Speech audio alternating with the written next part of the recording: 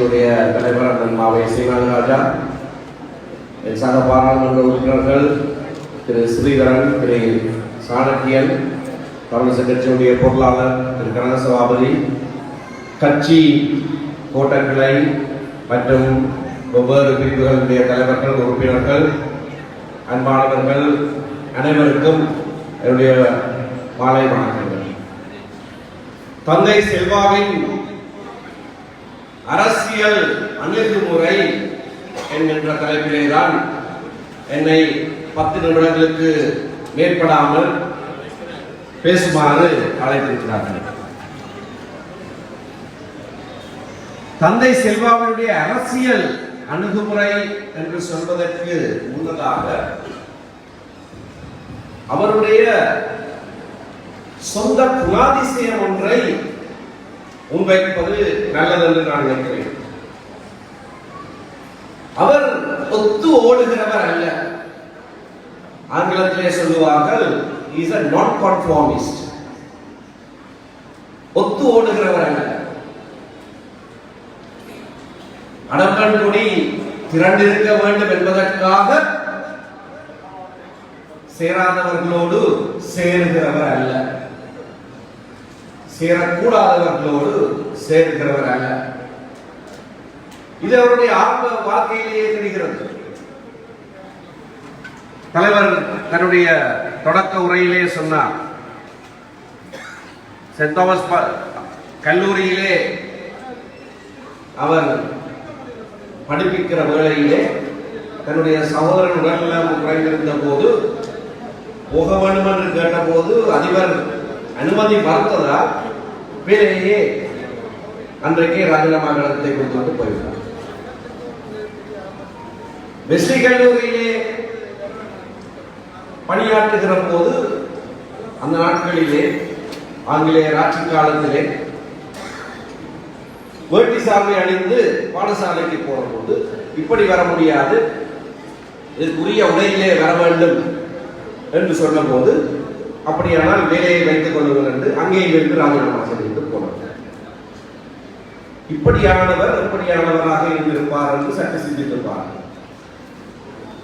அதற்கு என்ன எல்லாரும் சேர்ந்து போவோமே என்று நினைக்கிறவர் அல்ல தந்தை செல்வா, என்று நினைத்தவர் அல்ல தந்தை செல்வா.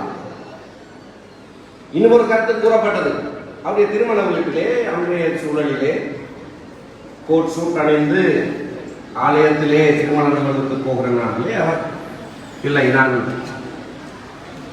வட்டி சாமி அணிந்தான் என்று திருமணமே நின்று போகக்கூடிய ஒரு சூழ்நிலை உருவாகிற அளவுக்கு விடாப்பிடியாக நின்றார். ஒத்து போகவில்லை, ஒத்து ஓடுகிறவர் அல்ல தந்தை செல்வா.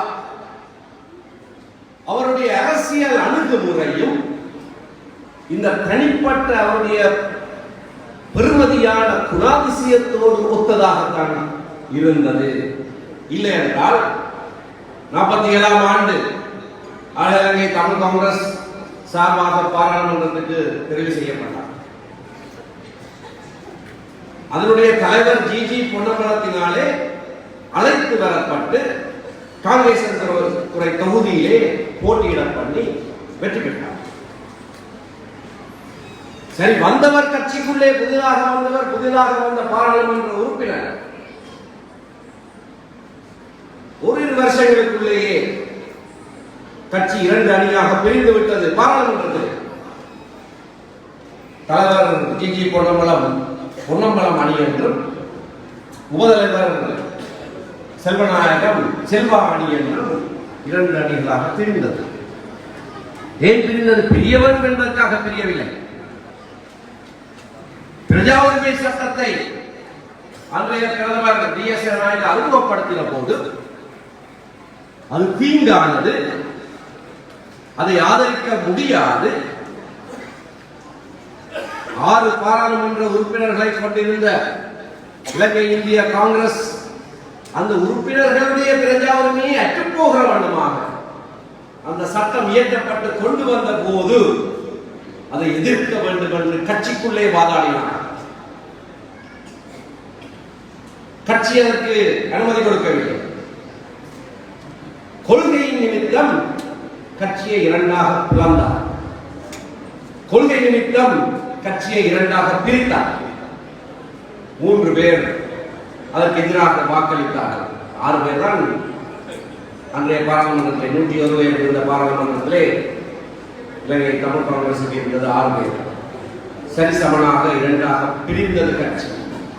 ஒற்றுமை என்கின்ற ஒரு கோஷத்தின் காரணமாக தவறை செய்ய அவர் விரும்பவில்லை. ஒற்றுமை அல்ல எதுவும், கொள்கை முக்கியம், எங்களுடைய நிலைப்பாடு முக்கியம். இதற்காக மக்களுக்காக எழுந்து நிற்கிறோம் என்பது முக்கியம். அதை செய்ய துணிந்தார். கட்சியை இரண்டாக பிளந்தார்.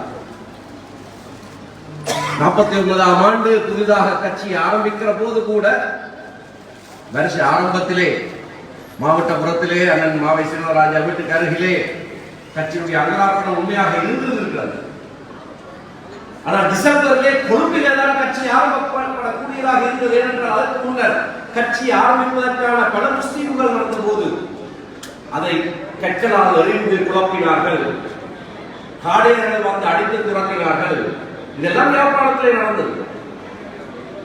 அதனால்தான் டிசம்பர் 18ஆம் தேதி கொழும்பிலே மருதவனையிலே இலங்கை தமிழரசு கட்சியை அவர் அங்கலாப்பணம் செய்திருந்தார். பிடித்த கொள்கையிலே உறுதியாக இருந்தார். தன்னுடைய மக்கள் ஏற்றுக்கொள்ளவில்லை என்பது அவருக்கு தெரியும். அந்த வழியில் 3 வருடங்களுக்கு பிறகு முதலாவது பொது தேர்தலிலே போட்டியிட்டு தோல்வி கண்டார். 2 கோப்பாயிலே வன்னியசிங்கமும் இந்த நகரத்திலே ராஜவிரோதியும் மட்டும்தான் வெற்றி பெற்றார்கள். இலங்கை தமிழரசு கட்சி சார்பில் மக்கள் அது திருவண்ணாமலைக்கு உரிய ஒரு பெருமிதம். முதல் தேர்தலிலேயே இலங்கை தமிழரசு கட்சியை வெற்றி கொள்ள வைத்தது. ஆனால் கட்சி தோல்வி அடைந்தது. மக்கள் இந்த கொள்கையை புறக்கணித்து விட்டார்கள் என்று விட்டுவிடவில்லை. அந்த தேர்தலிலே தான் காங்கிரஸ் தொகுதியிலே தோற்ற போது அவர் நீதிமன்றத்திலே வழக்கொன்றை தொடுத்தார். தேர்தல் வெற்றி தவறானது, தேர்தல் முடிவு தவறானது என்று சவால் விட்டு தானே வழக்காளியாக வழக்கொன்று தொடுத்தார். அந்த வழக்கிலேயும் தோற்றார். தோற்றது மட்டுமல்ல, வழக்கு செலவு 40,000 ரூபாய் அவர் கட்ட வேண்டியதாகவும் இருந்தது. அந்த நாட்களிலே 40,000 ரூபாய் வழக்கு தோற்றதனாலே வழக்கு செலவையும் கட்டினார். அதையும் செய்தார். ஆனால் 56ஆம் ஆண்டில் இருந்து இளையவர்களை புதியவர்களை கட்சிக்குள்ளே சேர்த்து வேட்பாளராக நிறுத்தியவர்கள் எல்லாரும் 30 வயதுக்கு குறைந்தவர்கள் பெருவெற்றி கண்டார். அதற்கு பிறகு இன்று வரைக்கும் அவர் வகுத்த சமஷ்டி கொள்கைக்கு தமிழ் மக்கள் வடக்கிலேயும் கிழக்கிலேயும் தொடர்ச்சியாக வாக்களித்து வருகிறார்கள். ஆகையினாலே அவருடைய அரசியல் அணுகுமுறையை நாங்கள் அறிந்திருப்பது, அதை பின்பற்றுவது அத்தியாவசியம். இந்த விடயத்திலே தந்தை செல்வா சொன்ன 2 விடயங்களை நான் முன்வைக்க விரும்புகிறேன். இதே நகரத்திலே இலங்கை தமிழரசு கட்சியுடைய முதலாவது தேசிய மாநாடு ஏப்ரல் மாதம் 1951ஆம் ஆண்டு நிகழ்ந்த போது தந்தை செல்வாவினுடைய பேருரையிலே அவர் சொன்ன ஒரு வாசகத்தை நான் படிக்கிறேன். ஓர் இனம் அழியாமல் இருப்பதற்கு பல ஏதுக்கள் தேவை. ஒன்று, அந்த இனத்தின் எண்ணுத் தொகை குறையாமல் இருப்பது. இது அவருடைய மொழியிலேயே சொல்கிறேன். எண்ணுத் தொகை என்றுதான் சொல்லியிருக்கார், எண்ணிக்கை. இன்னொன்று, அந்த இனம் வசிக்கும் பிரதேசம் பறிபோகாமல் இருப்பது. இந்த 2, இந்த தீவிலே இந்த இனம் அழியாமல் இருக்க வேண்டுமாக இருந்தால் எங்களுடைய எண்ணிக்கை குறையாமல் இருக்க வேண்டும். இரண்டாவது, நாங்கள் வசிக்கும் பிரதேசம் பறிபோகாமல் இருக்க வேண்டும். அப்படி செய்வதாக இருந்தால் நாங்கள் வசிக்கும் பிரதேசத்திலே எங்களுடைய மக்கள் ஒரு சுயமாக ஆட்சி செய்கிற ஆட்சி முறை மாற்றம் ஏற்பட வேண்டும் என்று அவர் தன்னுடைய சமஷ்டி கொள்கையை முன்வைத்தார். 56ஆம் ஆண்டிலேயே தனிநாட்டு கோரிக்கை எழுந்தது.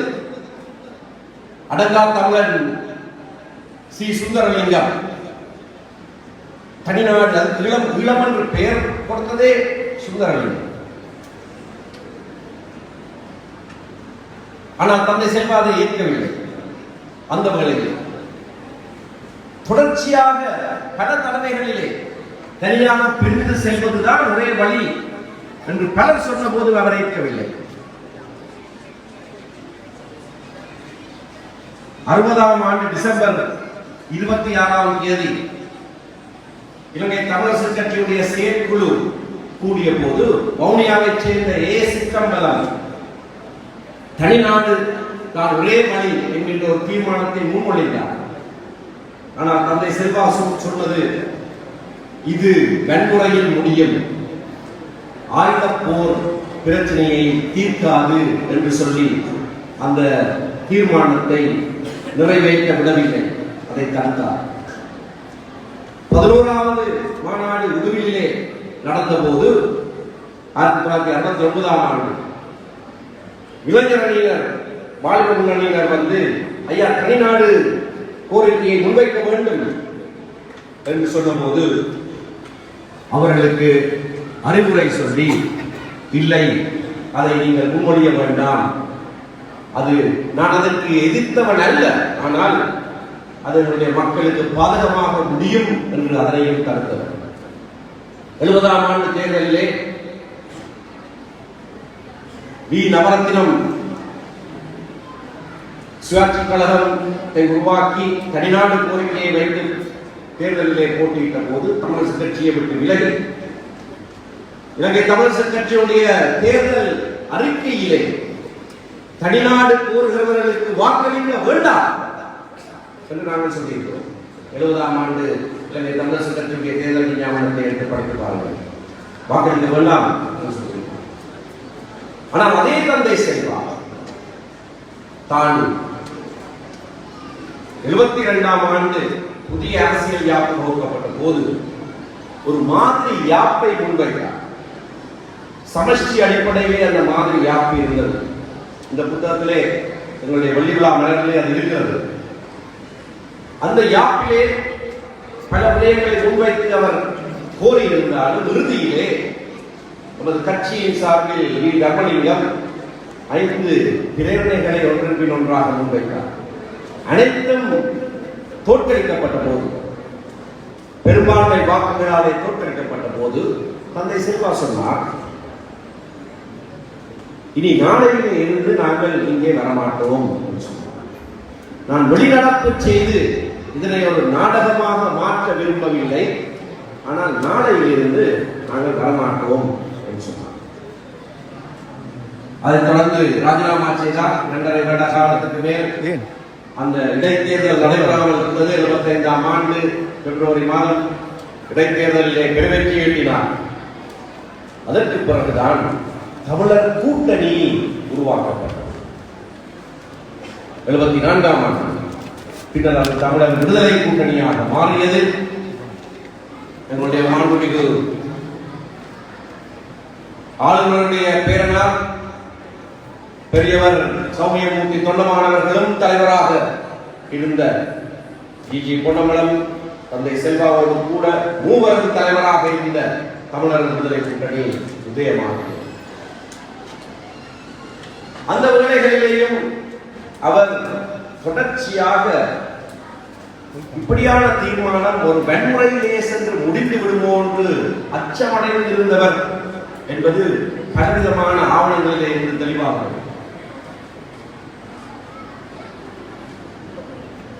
அவர் 76ஆம் ஆண்டு நவம்பர் மாதம் 19ஆம் தேதி தனிநாடு தீர்மானம், பட்டுக்கோட்டை தீர்மானம் நிறைவேற்றிய பிறகு பாராளுமன்றத்திலே ஆற்றிய உரை பாராளுமன்ற பதிவேட்டிலே இருந்து இப்படியாக இருக்கிறது. எமது கட்சி தனிநாடு ஒன்றை நிறுவ முனைகிறது. இது இலேசான காரியம் அன்று, வில்லங்கமானது என்பதை நாம் அறிவோம் என்று அதனை விவரித்து சொல்லிவிட்டு எமது நடவடிக்கை சாத்வீகமானது என்று சொன்னார்.